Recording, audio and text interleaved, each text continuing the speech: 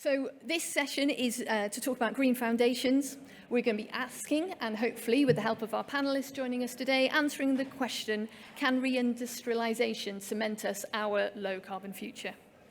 So at the heart of the global reshoring, renationalization, reindustrialization trend lies a fundamental tension that's no better illustrated than with the concrete and steel sectors that we're going to be talking about today. So buckle up. In the next 50 minutes, we're effectively going to be talking about 15% of the world's GHG emissions. So on one side, we appreciate there's heightened risk now around supply chains and procurement, especially related to these heavy industrial outputs.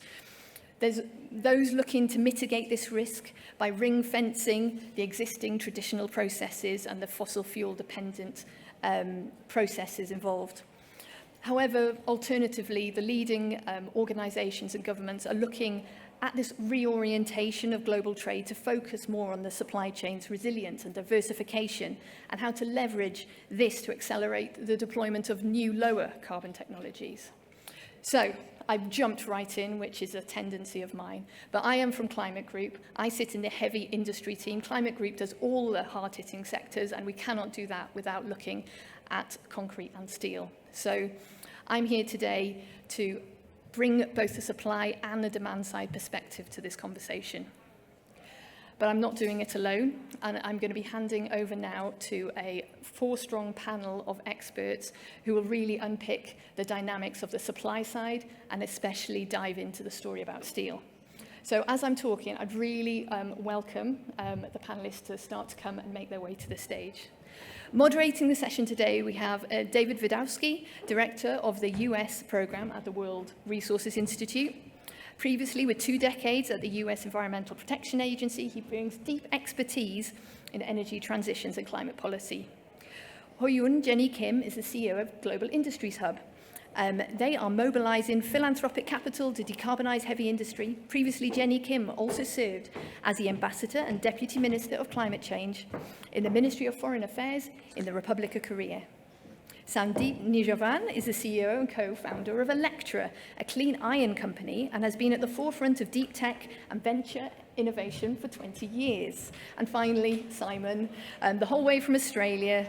Simon Nicholas is the lead analyst for the global steel sector at the Institute for Energy Economics and Financial Analysis, with a particular focus on decarbonization and its impact on other markets such as iron and coal. So thank you very much. And David, I'm going to just run around. You can walk. You can stroll. It's all good. Pass you this. Thank you so much. And thank you for setting the tone, Nia. Heavy industry is indeed the backbone to society. The vehicles that move us around, the buildings we live and work and worship in, our roads and bridges, the appliances we use, steel and concrete are everywhere. For the energy transitions that will stabilize our climate, steel and concrete must be part of the solution. We cannot shy away from talking about decarbonizing concrete and steel. Given how central they are to our everyday lives and their contributions to the economic vitality of a nation, this session presents, and this journey presents, a great opportunity to collaborate, innovate, disrupt, and change. I'm very pleased to be sharing the stage today with several people who are making this change happen even as we speak. So let me kick off with you, Sandeep. Sandeep, could you start us off by explaining why decarbonizing iron is critical to heavy industry, and how does it impact steelmaking? Sure. First of all, thank you for the invitation. I'm glad to be here. So iron is one of the key essential elements on our planet. Steel is 98% iron, so it's a very important element of steel. And we also use iron for every application, from building infrastructure to even now batteries. So if you think about lithium iron phosphate, iron is part of even that supply chain. The steel industry, through its production today, accounts for roughly 10% of the global carbon dioxide emissions. So if it was a country, it would be right after China and the US. Steel would be the number 3 on the scale of impact that we can reduce. Now, 90% of those emissions for everything that we use, and we take it for granted in those embedded steel, comes from first getting to iron.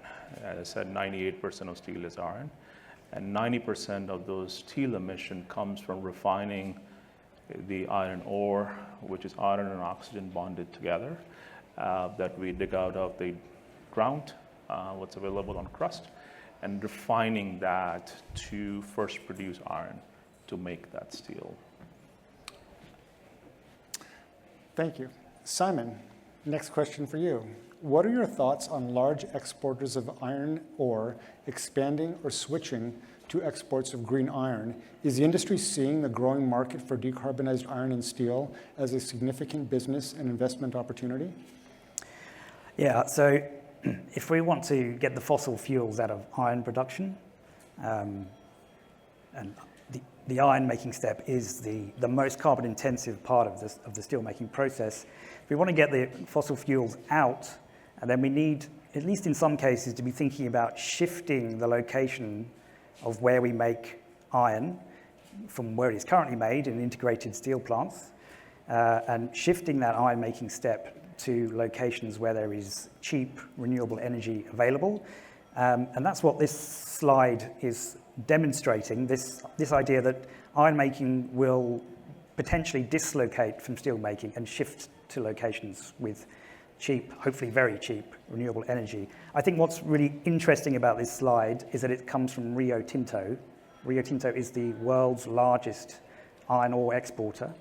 And this slide is actually a couple of years old. So this is clearly, for some of these big companies in the steel supply chain, they are clearly thinking that this is likely to happen. Rio Tinto's peer Fortescue is going even further. Fortescue has got a green iron pilot plant under construction now. They are telling us that their end goal is to process all of their iron ore into green iron for export, 100 million tons a year eventually, and in that way reach their extremely ambitious target of reaching net zero Scope 3 emissions, not even operational emissions, net zero Scope 3 emissions by 2040. Incredibly ambitious.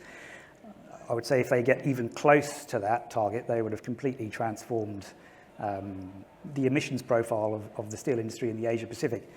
But this isn't just an emissions opportunity. For a country like Australia, the world's biggest iron ore exporter, it's a massive economic opportunity as well.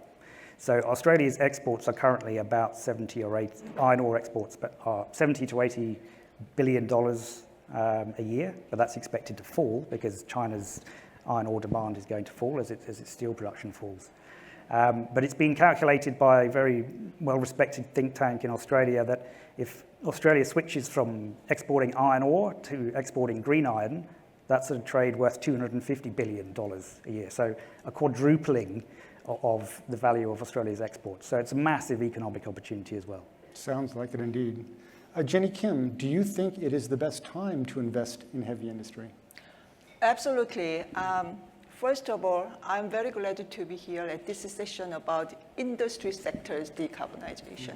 I mean, industry as a whole occupies 30% from the global total emission, but industry sector receives relatively weak attention from climate community. So it is really time to accelerate the decarbonization efforts in industry. We need more actions, attention, focus to the industry sector. Having said that, huge opportunities are in front of us, but at the same time, challenges are in front of us as well. Unfortunately, still, many developing countries, including China, India, they believe economic prosperity is the first priority, and they believe they believe the industry sector growth is essential. Therefore, it is projected that the the emission from the industry sector will increase significantly. Therefore, if we do not take action right now, it is extremely difficult to meet the target of 1.5 of the Paris Agreement. Therefore, the action must be taken at this moment, and the investment must be taken must be made at this moment.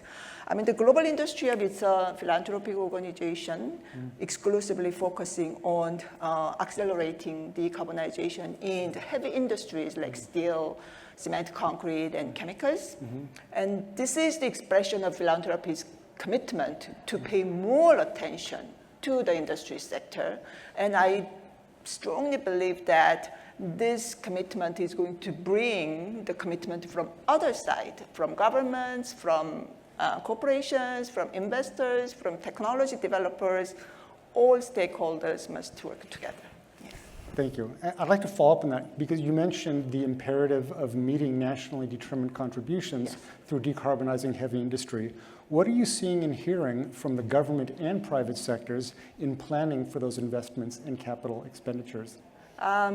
First of all, let me tell you in this way. So the companies, corporations, they are the players for industry sector. So steel companies, cement, concrete companies, chemical companies, they must take actions to reduce the greenhouse gas emission. However, they need very, very clear signal from two players. Number one, governments. Number two, market. Because industry sector's decarbonization needs huge upfront investment. Because steel, cement, concrete, chemicals, they are like infrastructure of the country. Therefore, the amount of finance they need to make a transition is tremendous. So company itself cannot afford that. They indeed need support from many different players. And making a decision about new investment is a huge decision for them. Therefore, they need clear signal from the government and from the market. The very, very best way for the government to give a signal is through the nationally determined contribution. So at the government NDC, if there is a clear target about industry sector's decarbonization, that directly gives the signal to the private sector where they are going to invest. So in that sense, actually, now many countries are developing their 2035 NDCs, and also some countries, they already announced their very ambitious 2035 NDC. And those NDCs must have very, very clear narratives about industry sector if the countries have heavy industry sectors. And some of those NDCs are being announced this week. Yes.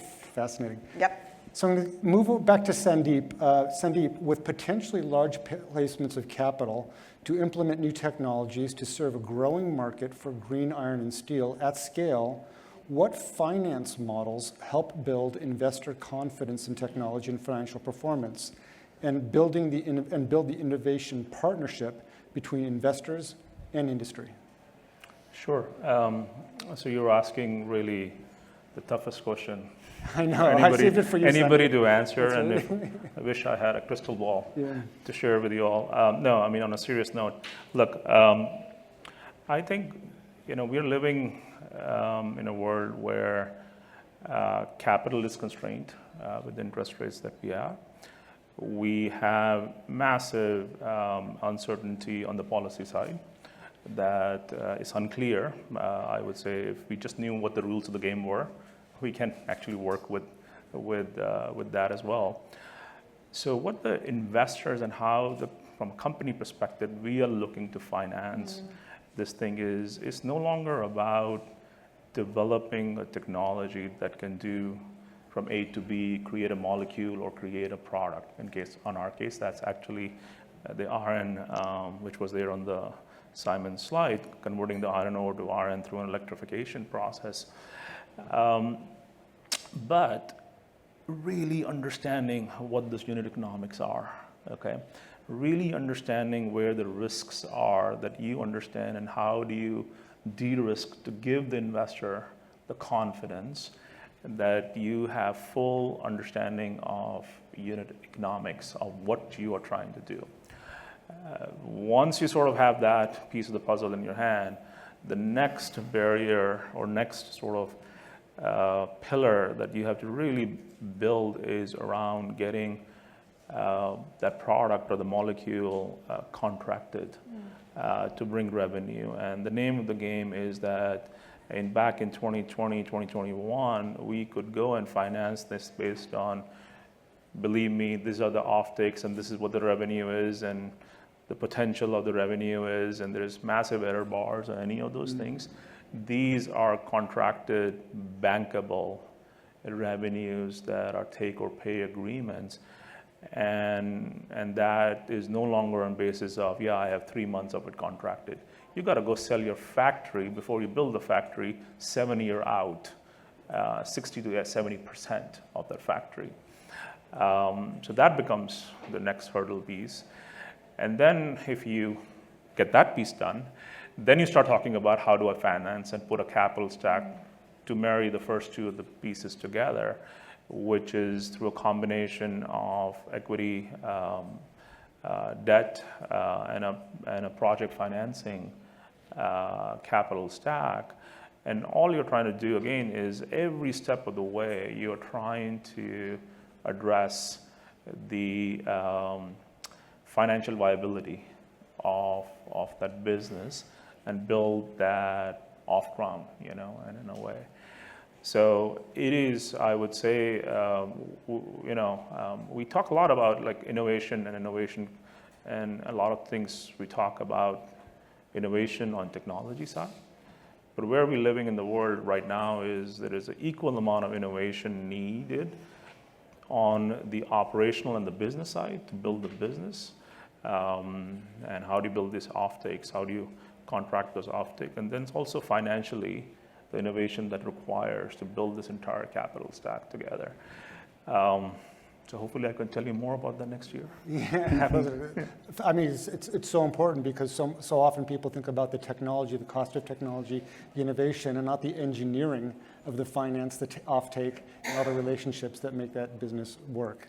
So as we think about uncertainty, and teeing off a little bit what Sandeep said, Simon, what are the existing pathways to green transition for steel and some of the risks associated with it?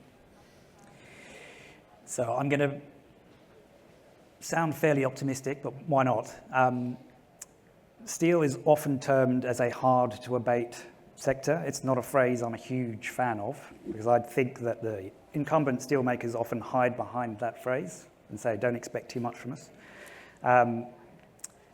We're, unlike some of the truly hard-to-abate sectors, we are quite lucky to some extent in that we have multiple pathways, technology pathways, that is, to decarbonize steel. I've touched on green iron a little bit already, so I won't dwell on that. In terms of the risks, I guess the key risk for the green iron pathway, currently that pathway is dependent on the availability of competitive green hydrogen. That's a risk because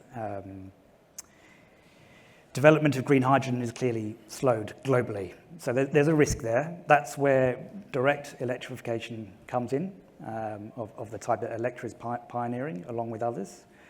So that's another pathway. I guess the risk there is that we don't know exactly when those new technologies will be commercialized, and ideally we don't want to wait to start the decarbonization of steel. We want to sort of get on with it straight away, given the state of the climate. But let's not forget maybe a less glamorous pathway based on existing technology, and that's scrap steel recycling. That's done all over the world. It's mature technology. It's much lower emissions because it skips the iron-making step. In this country, for instance, in the US, 70% of all steel is made from recycling steel. So the potential is there. We will see more recycling. The risk on the scrap steel recycling is that it can be a bit of a zero-sum game. Scrap is a traded commodity, So if one country stops exporting scrap in order to use it domestically to decarbonize their steel sector, someone else is missing out. But the real potential for more scrap steel recycling is in China. There's going to be an awful lot more scrap available in China over the coming decades. China makes around half of the world's steel, so it's half of the world's emissions. I think China's steel industry alone is probably about 5% of total global emissions.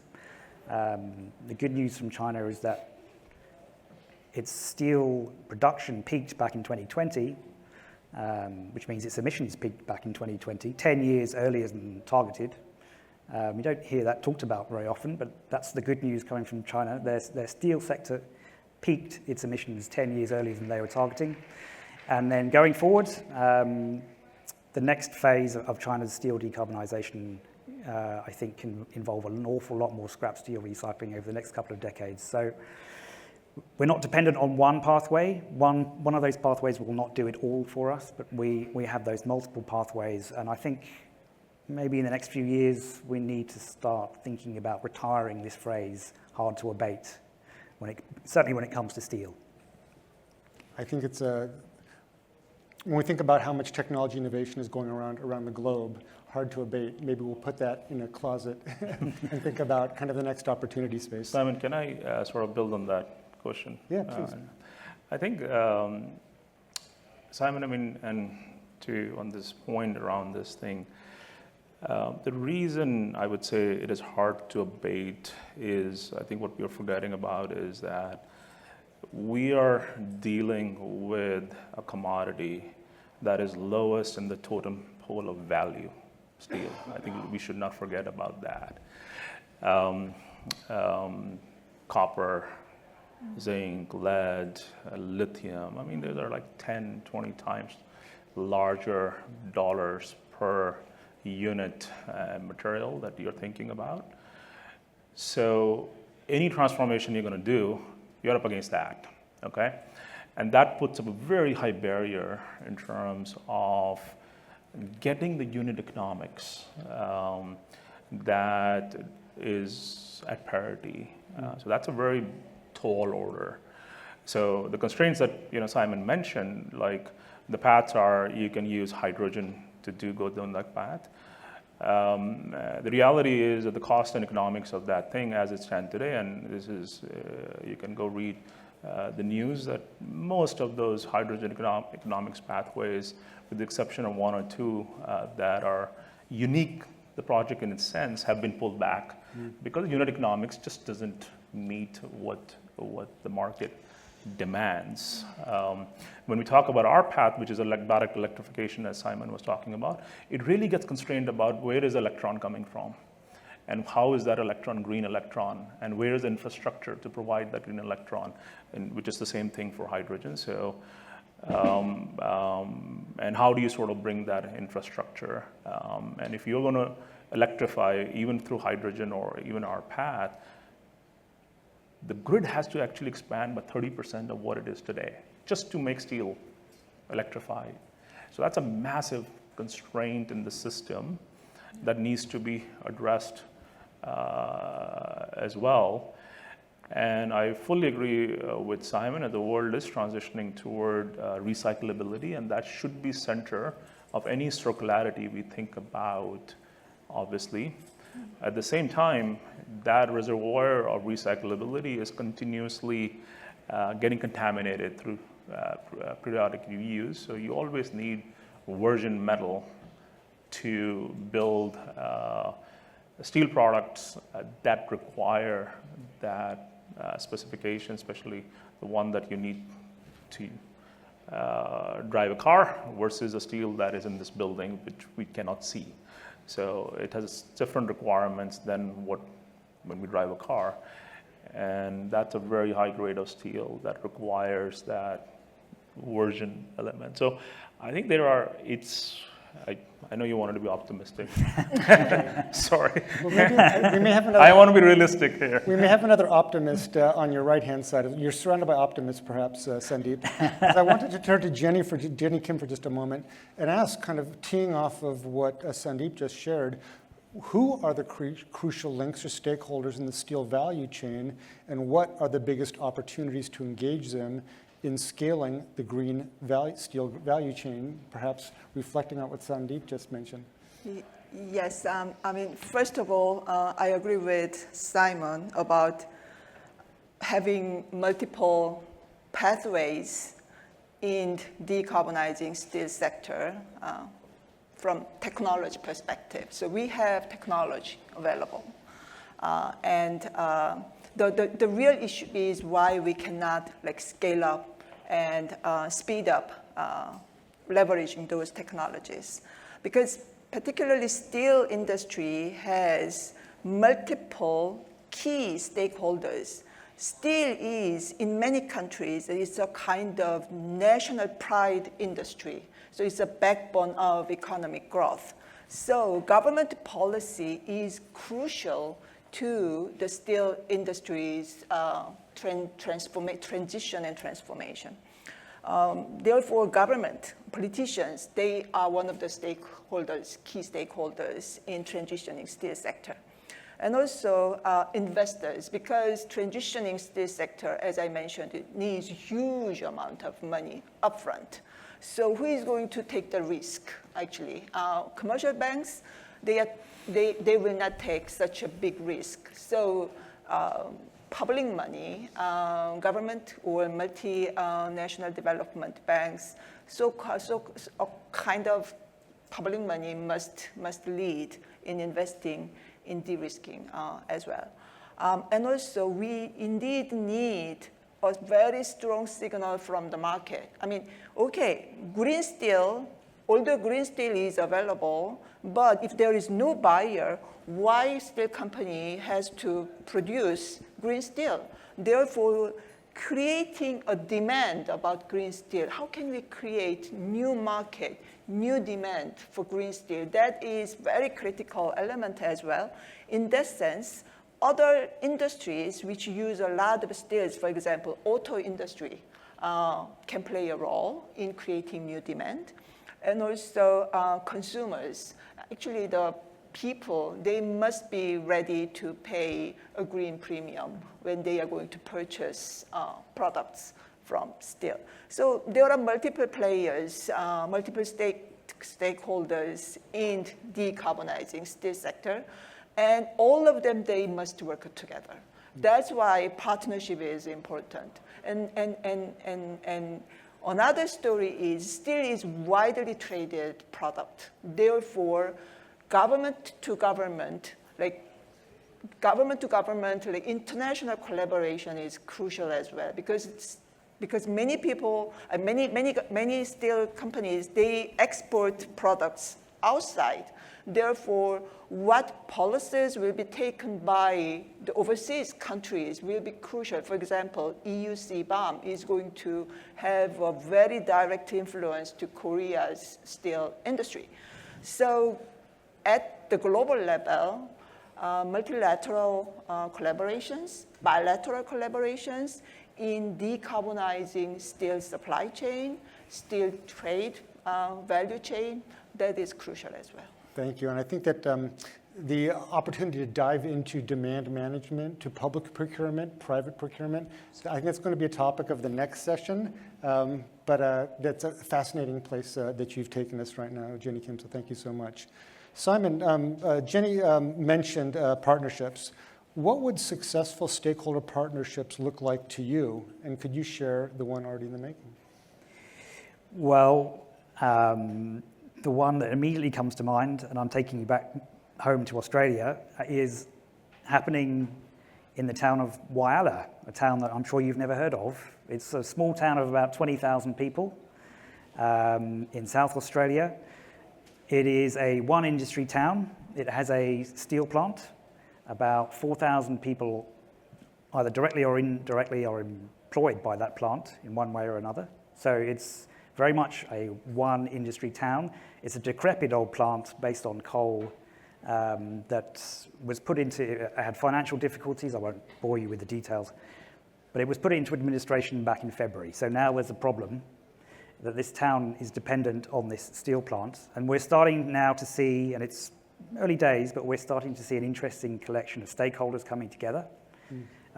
State and federal government, the local community, the workers at the plants, and hopefully some major steel makers coming in to take over that plant. So the state and federal governments have put up $1.6 billion in funding to transition this plant.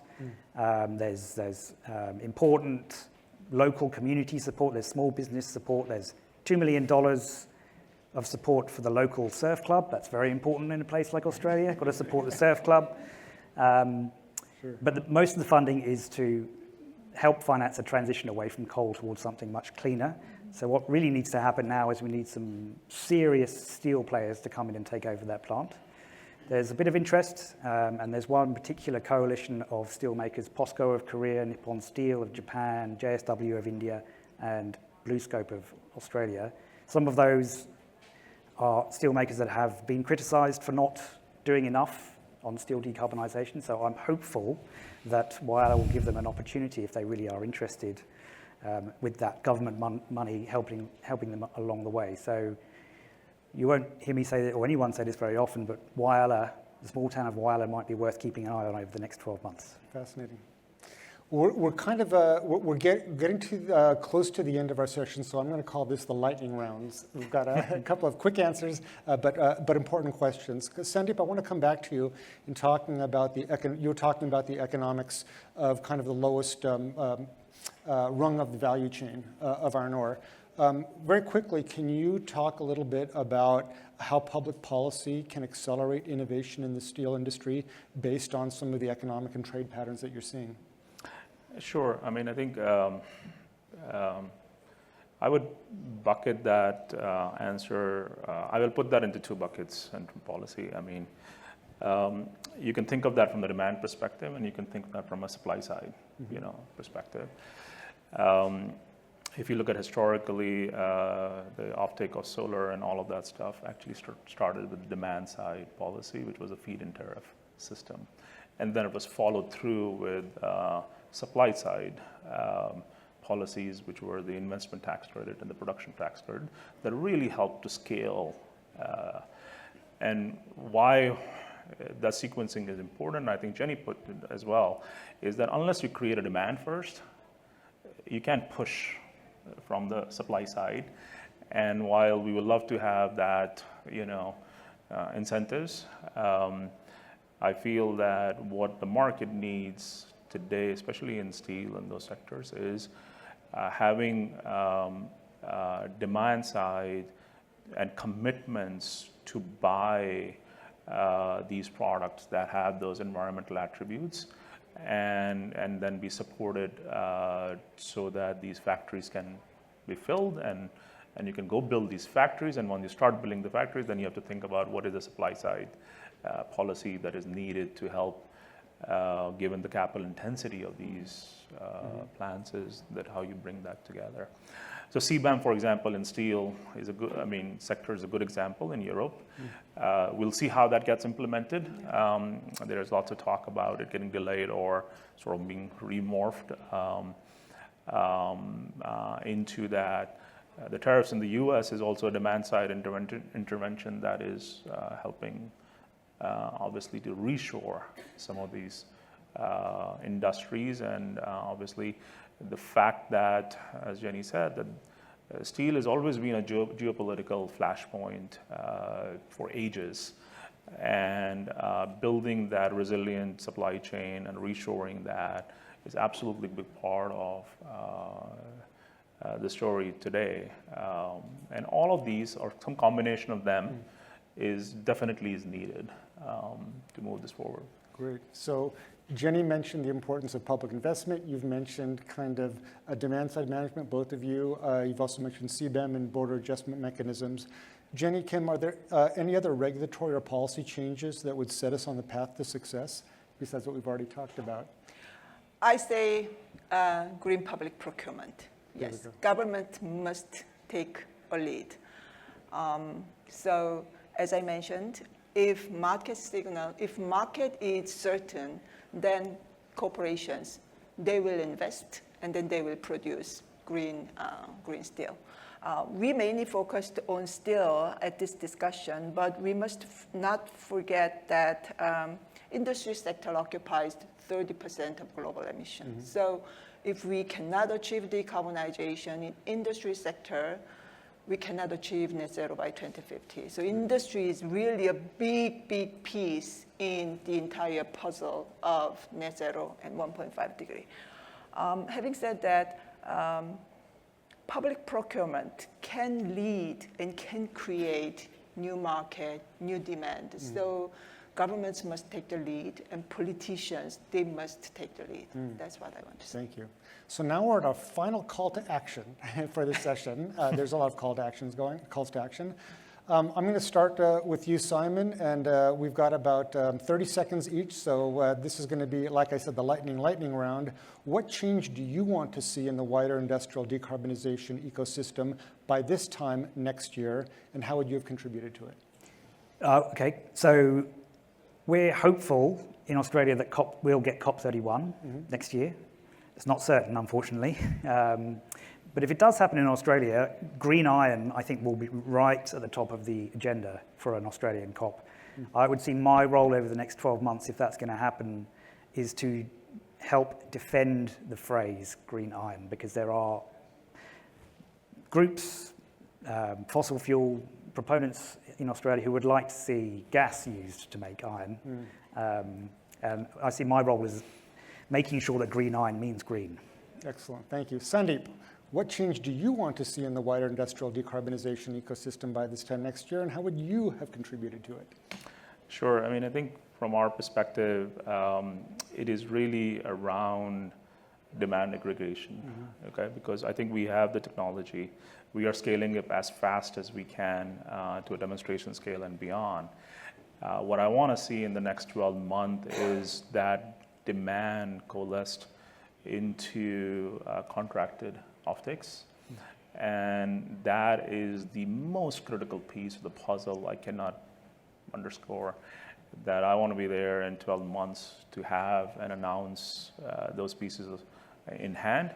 And that sort of becomes then the foundation on which you then go build and grow move this forward. So thank you. And Jenny, you get the last word. What do you hope to see by this time next year, and what would you be doing to help facilitate that? I really want to see that major steel companies will announce to phase out blast furnace by 20, yes, before 2030. So, so no more coal-based blast furnace, and then announcements to make a transition.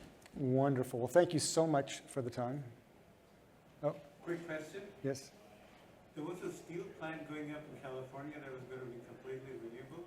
You know, and does anybody know about that? in California? Yeah. Not sure. No, not in California, no. I think we have to. I don't know if it went through or not. I think we're done. Thank you, Jenny. Thank you, Sandeep. Thank you, Simon. Thank you for your attention. Thank you. Thank you. Thank you very much. This is actually a two-part session, double. We haven't covered concrete or the demand side yet. Please do feel to move on if you fancy, but we have two more excellent speakers joining us. So at Climate Group, the demand side is very special to us. So we work intensely with demand side players. And please do come up. You take the middle seats.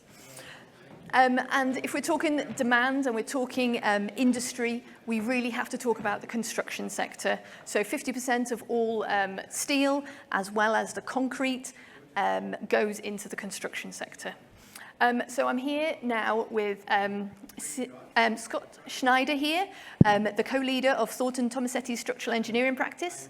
So day-to-day job delivering pioneering landmark projects, carbon considerations up front, a founding member of our Concrete Zero initiative as well. So when it comes to the robustness of your carbon work, I can stand by you. And also Sid Singh here, CEO of Verify. So a leading climate and construction tech venture backed by Saint-Gobain, realizing carbon and cost savings for customers. So this is a point we really want to get across today, that carbon probity does make good business sense. And it's not all just about growing the demand side signal, it's also about demanding smart and using smart, and that's what we're going to be hearing a little bit about today.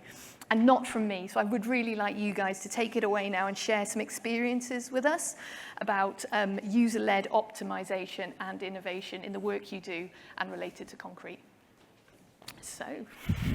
Sure. Well, thanks for having me, first of all. Very excited to be here and listening to everybody, talking so passionately about how decarbonization in such a critical space, it's imperative to get this right.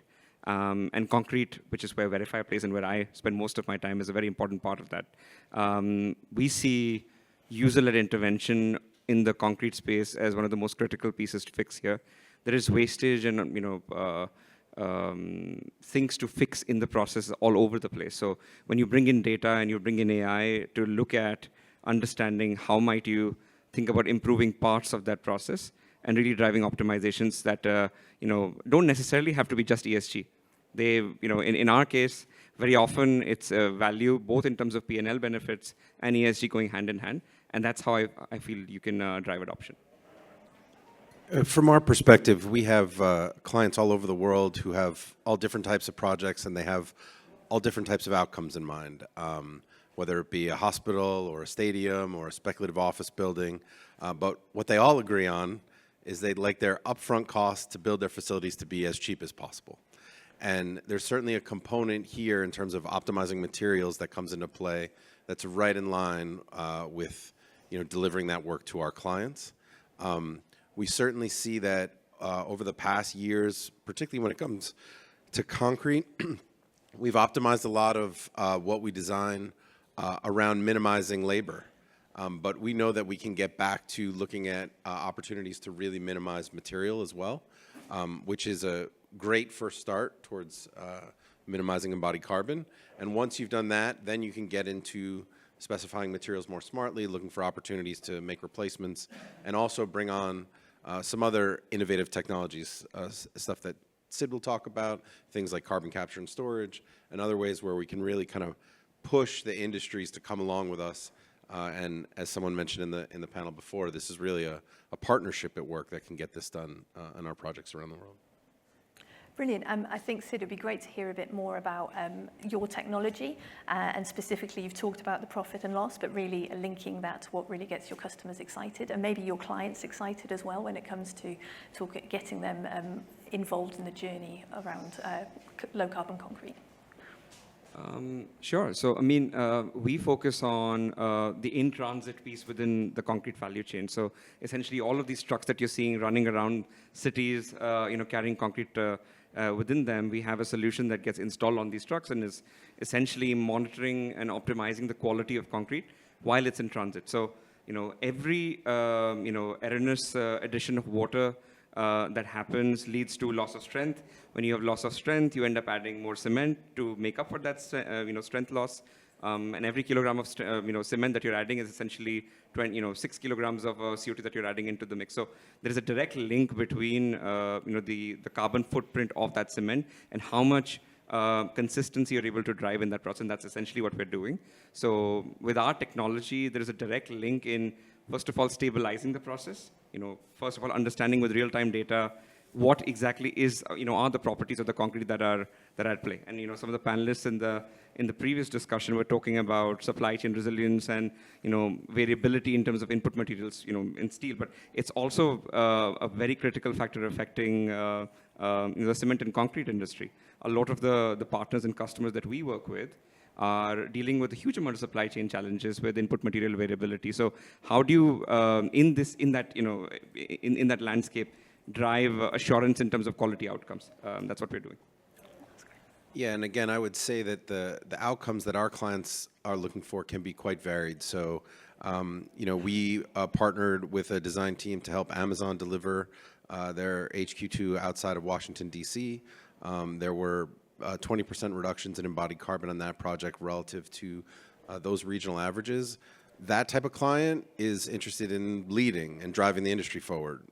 There are other clients that are after different goals, and certainly there are things like in the most current version of LEED, you can gain up to 6 points relative to embodied carbon optimization. So if we're helping the design team contribute to those sorts of things, we're providing a value for our clients that can make a difference in terms of how they market their buildings, how they sell their properties. And so again, our clients get excited about different things, and we look for the opportunities to support them on those journeys. It's great. We're talking about kind of lots and lots of small interventions. I mean, 20% isn't small, but like you do need lots of small interventions along the whole value chain to realize the change. There's a statistic that the Global Concrete and Cement Association use on their pathway to net zero, which is that 25% of the emissions reductions involved with concrete by then will originate from the demand side, the users and the efficiencies and the choices that they make. I would just like to sort of sense check with you. Do you know, that sounds a lot. Do you think we can do it? That would effectively mean, through the mixed design, through using less concrete, through using different concrete, reduce emissions 25%. Absolutely. With the innovation and digital tools that are available already, Verify and many other tools in the world out there today, you can get 5 to 10% efficiency gains, whether it's on material savings or on process efficiencies, which can help you reduce fuel usage. Now, the challenge is only about 10% of the concrete in the world that's being put out there is actually being digitally monitored. So we need policy interventions for governments and other stakeholders to come on board and actually enforce the adoption of these innovations to ensure that you first start having visibility on what's going out there. Now, when you start putting the carbon footprint on a per cubic yard basis right next to the cost per cubic yard, that's when things start changing, and that's when the mindset shifts. It stops being just a cost center and starts becoming a benefit center from an ESG perspective. I don't know, Scott, what do you think about that? Yeah, I mean, I'll put myself in the optimist category as well. If Sid is going to find 5 or 10%, we'll find 5 or 10% in the design. Certainly, there are opportunities to collaborate in that way. But when you look at that roadmap that you mentioned, there are like 8 or 10 different components that are going into that 25% reduction, and that's why this is, I think, doable and powerful, because it's a partnership across our industry. And again, there are things like carbon capture and storage. There are things like how our world greens the grid relative to delivering some of these materials. So there's all these small little moves along the way that we can all contribute to, and if we're all pulling in the same direction, the 25% reduction seems quite achievable. If I can just add very quickly on top of that, I've over the last couple of weeks had the chance to speak with some partners in Asia, and I was meeting with some very interesting companies doing some very interesting stuff in Southeast Asia recently, and I came across this really quite unbelievable stat where essentially even if you're able to reduce through digital tools just 1% of cement overusage, that's 40 million tons of CO2 from the atmosphere. It's the same as removing 10 million cars from the highways. It's incredible just how much this material is used. If anyone's like a super whiz and can just check that, that's crazy. But it is, because these small interventions do scale and they do matter. So I would say on that scaling piece, you said it was only 10% being digitally monitored, and there is a misconception potentially around the construction sector and the readiness to change and evolve. We need to get this word out there that this business value and the carbon saving can be realized together. So I'd love to hear your thoughts about the scaling and who else needs to come in and help us with that piece. So I think both public and private sectors play a role. I'll give you 2 examples. We are active in the UK, working on the high-speed 2 railway project. It's this mega project that's been connecting London to Birmingham right now, and about half of the concrete being poured there is through the Verify system. But it's very interesting that over the last 3 years, we've actually got digital slump measurement, which is essentially at the crux of what we do, into the standard, because the government and the authority has been open to embracing new technology. Now, I want to see more of that coming out from other countries. I was in Asia. There's a lot of conservatism when it comes to construction and building standards, and we need those policymakers to be open to trying out new things.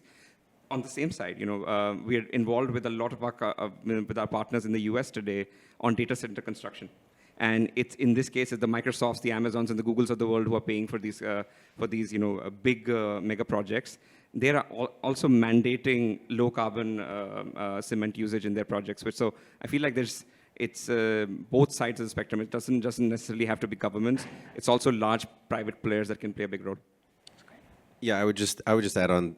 Sid stole my thunder there a little bit. From an engineering point of view, we are an industry that is a little bit tried and true. We like to rely on things that we know how they work. We've seen them proven over time.